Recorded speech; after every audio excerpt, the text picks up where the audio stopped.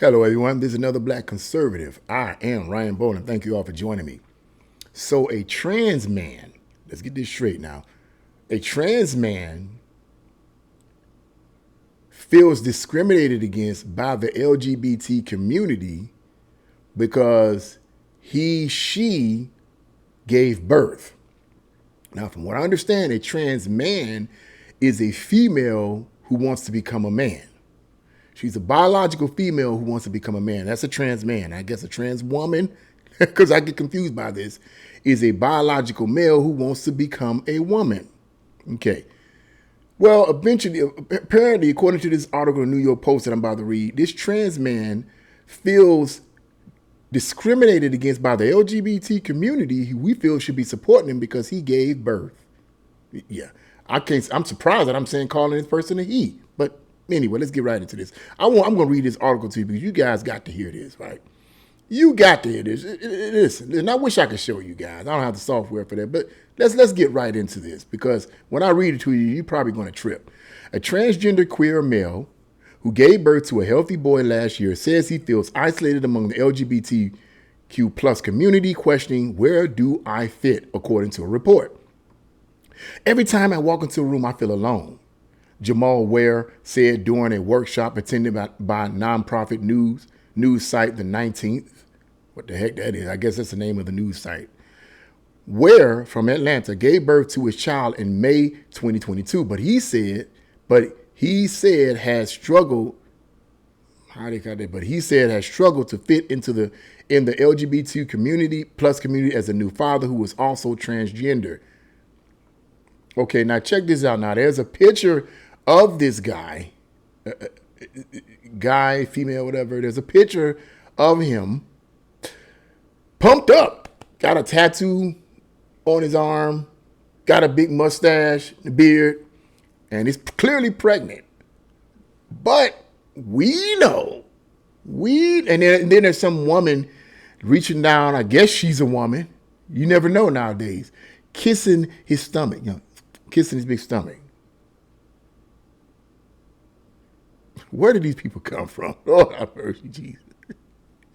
But we know that this is actually a biological female. But let's go on. Jamal Ware smiling for a photo at his 22 baby shower. Okay, it's like, where do I fit? Because a lot of trans men don't want to be open about their queerness, he said, while fighting back tears, according to the report. Oh, you feel left out. She feel left out. He was among a group of 8 transgender black men. Here we go. I was going to wait to read that so that you guys can hear that this is a black thing. It's a black thing. He was among a group of 8 transgender black men who spoke to the 19th during a Human Rights Campaign Foundation workshop. Who finances this nonsense? Well, I shouldn't ask that question. I shouldn't even ask that question. I'm pretty sure I know who. About their experiences in the transgender and LGBTQ plus communities. The group singled out gay cisgender men for being problematic. Of course. You normal men have a problem. We need to get rid of normal people. Saying their experience was they often didn't stand up for them despite also being part of the LGBT plus community. One member of the group, Alex Santentio, said he felt more scrutinized with queer spaces, with men no longer calling him, quote, bro, after finding out he is trans. That's a weird space to be in, but it happens more often than not, he told the 19th. Another member of the group, CJ Mosley, echoed Santentio's thoughts, while a third, Jamal Young, said they were often perceived as, quote, too masculine to be queer. Oh, really? It's just really depressing. This is really depressing. Now, look here now. I just got to read further into this. I mock this because it's insanity. And I'm going to continue to mock insanity. True insanity is funny. There is a photo of this trans male, I guess. Okay. With a significant other. Okay. On the left, this is crazy. On the left is a male This is supposed to be this trans man's significant other who got pregnant. This is supposed to be a significant other. On the left of the photo, and they're laughing, hee hee hee. They're probably laughing at the idiocy of people accepting this nonsense, right? But the guy on the, I slipped and said it, but that's what it is. The guy on the left is dressed as a female, long hair, got on female attire, and is dressed like a female, and it's looking like trying to look like. But it's clear that this is a male, but this is a male dressed as a female who clearly had sexual intercourse with this female who wants to be a male. I don't understand. These people are, man, I don't know.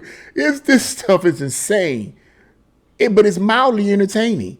Insanity is mildly entertaining because it's hard to believe that we actually have people like that in this country. It's hard to believe that these people literally embrace this. They literally absolutely believe that this is what they are. Let's go on. Let's go on, man. Let's y'all need Jesus bad. Let's go on. So that the April shower, right? And this one particular photo of them, it's crazy because there's another photo of them. It almost looks like deep fake video almost, because this guy posing with his significant other on the left again looks even more like a man than before. He has a beard. It's not big as the trans man's beard, but it's a beard and a mustache, but long hair. It looks like a deep fake, like somebody planted a man's face on her significant other. And then there's a woman at the bottom holding her hands and like, oh, this is just so beautiful. You people, man. Let's go on, man. I needed to laugh because the last video I did was kind of rough. So I need to laugh, man. This is comical. Meanwhile, Ware can be seen in Instagram photos smiling brightly alongside his partner, Alfonso Mills, at their baby shower and holding their now toddler child. Ware was featured last year in AJ Plus report about his experiences as a pregnant male living and giving birth in Atlanta. He transitioned from female to male at 22 and said he grappled with his identity during his pregnancy, especially living in Georgia. It made me question my identity. This is his word. Here's her words. How does the world now see me? What do you think? Okay. How will they see me? Will they understand who I am? He told the outlet. Pregnant women are celebrated. Trans people are not. Gee, I wonder why. And to be pregnant trans man just made me feel vulnerable in the world. That's the end of that article right there. Yeah, you're going to feel vulnerable in the world because most people don't support what you're doing. They see what you're doing as mental illness. So you probably going to be ousted out of a normal world. You just are, because what you're doing is abnormal. This person and her, his, her, whatever, better half, boo. Okay, both of you need help. You need help, okay, period. But this shows the level of insanity in our country. For this individual to feel like, oh, I'm being rejected in the LGBT community because I'm pregnant and they seem to be rejecting me. Could it be that the very community that you feel supports you or should be supporting you, could it be that they don't have a category for you? I'm just saying. Maybe they don't have a category, but trust and believe the LGBTQ community with all these stuff they added on it, they're going to add that on there. They probably did. They're going to add, females who want to be men who get pregnant. They're going to add some category on there.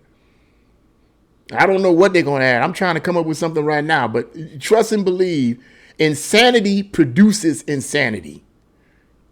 Weirdness produces weirdness. Craziness produces craziness. Normality tends to produce normality.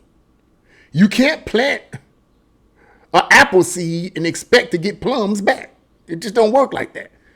You know, if you mentally ill, you probably are going to produce mental illness.